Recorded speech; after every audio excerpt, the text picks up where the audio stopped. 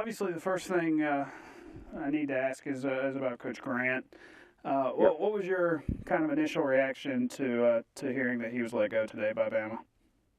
Well, I certainly hate for anybody to lose their position or their job. I know it's a very tough thing, and for he and his family, I know it's very, very difficult. He did a good job with those kids and made them behave and go to class and do what they were supposed to do, and that's a big part of it. Unfortunately, they didn't win or didn't get in the NCAA tournament maybe enough that the fans were just groaned a little bit. But my reaction is I hate to see anybody lose their job and Coach Battle.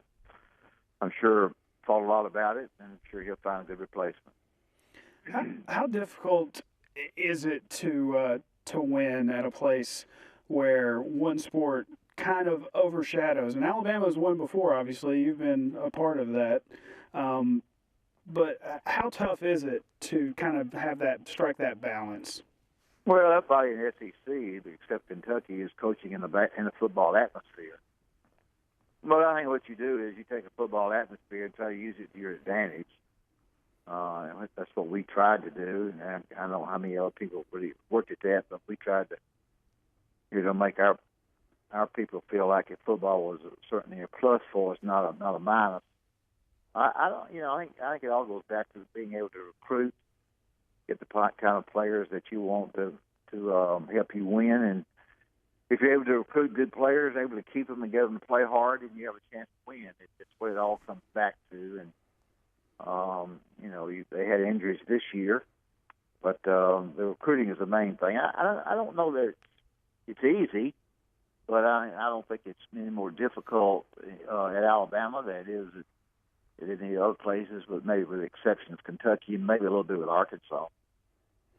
And what kind of, I've heard people say, Alabama needs a home run hire right here, but they really need the right hire. What do you think? What kind of guy would you feel like is the right hire? Maybe not a specific name, but what type of coach do you think can come in and be successful?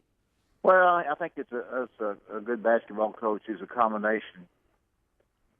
Excellent recruiter, and he has a really good recruiting staff, as well as his ability to get his guys to play hard. I think those two. You have to understand and know recruiting in the state of Alabama, and try to do a good job there, and get the coaches on your side, or make them feel like that you're, getting the most out of their players if they come to your school. So, it's a recruiting guy that has the ability to get those guys that he gets to play at a really high level, and if you can do that, then you've got a chance. And the final question, a better chance, I'll put it that way. And the final question on Coach Grant. I mean, as early as probably, or as late, I guess, as probably about Thursday morning, I think everyone was kind of under the assumption that Coach Grant would be back next year. Do you feel like the little run that Auburn and Bruce Pearl went on had put any kind of pressure on Alabama? I don't think it did. I mean, Auburn did fine. The only thing they did was win 3 games in the conference tournament. I don't know that's against 2 basketball teams that didn't struggle anyway. I think Auburn certainly improved. They lacked 1 game winning as many as they won all season when they won the 3. Now, I don't really think that Auburn's situation for the tournament had anything to do with it at all. I don't know whether the hiring of Bruce Pearl had anything to do with it, or whether UAB getting in the NCAA. I would think that everybody looks at their own program and tries to decide the best fit for their program, and maybe for whatever reason, because they hadn't gotten in the NCAA tournament, Coach Bill Battle and them felt like that maybe they need to make a change. I don't know the answer to that. And kind of switching gears to the tournament, it's a place where Alabama wants to be. It's a place where 5 SEC teams are. When you look at those 5 teams that are in, maybe taking out Kentucky as good as they are, who out of those 4 teams that aren't named Kentucky in the SEC kind of has a shot to make a little noise in this tournament? Well, tournament action is very tricky. Ole Miss, of course, has to play a play-in game against BYU, and I think that's very, very tough. Georgia is playing a Michigan State that took Wisconsin to the wire today. I don't know. North Carolina State and LSU. LSU's been up and down. And Arkansas and Wofford. Arkansas would catch North Carolina in the second game I think it's the second game if they won the first one. I think it's hard to say. I think all of them got pretty tough draws. I would say that. Maybe if Ole Miss could get by BYU, they might have. I don't know which one would have a better shot. I think that's. I'm trying to avoid your question a little bit, not avoid it, but I'm not sure. I think all of those. You'd think that Arkansas, being a 5, certainly had the best draw with Wofford, but and they probably have the best chance of that group, maybe.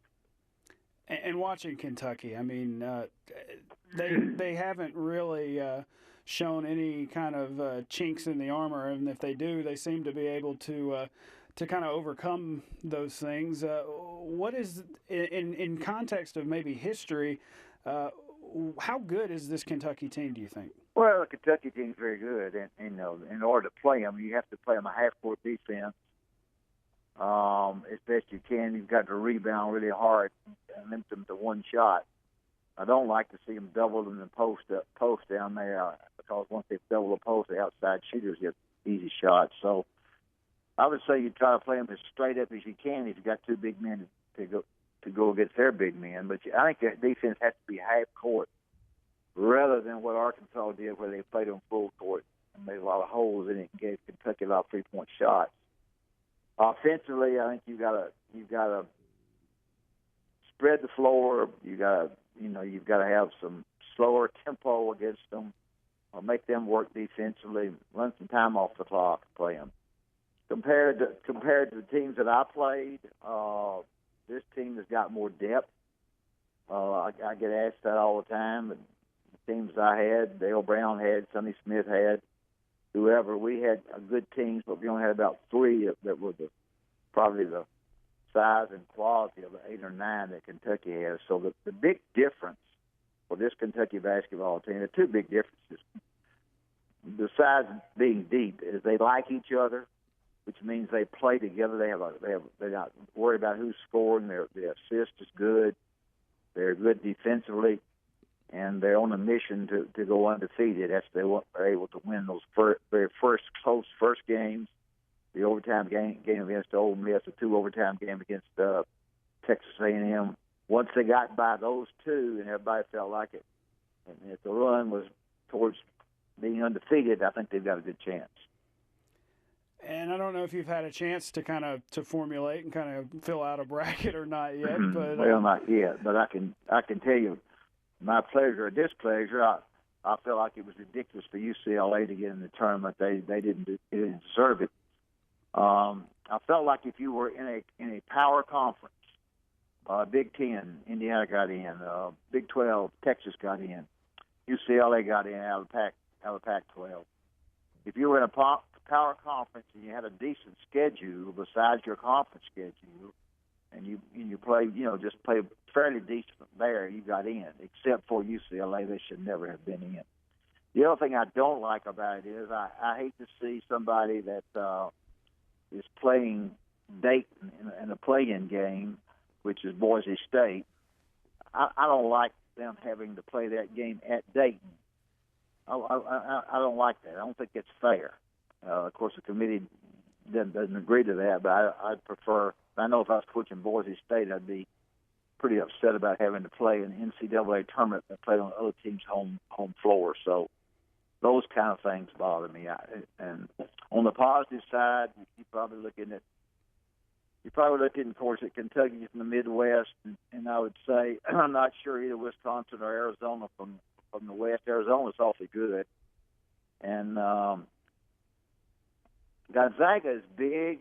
If they get to Duke, Duke is pretty smart. I'd probably say Duke, and most people would from the East, South, and most people would say Villanova from the East.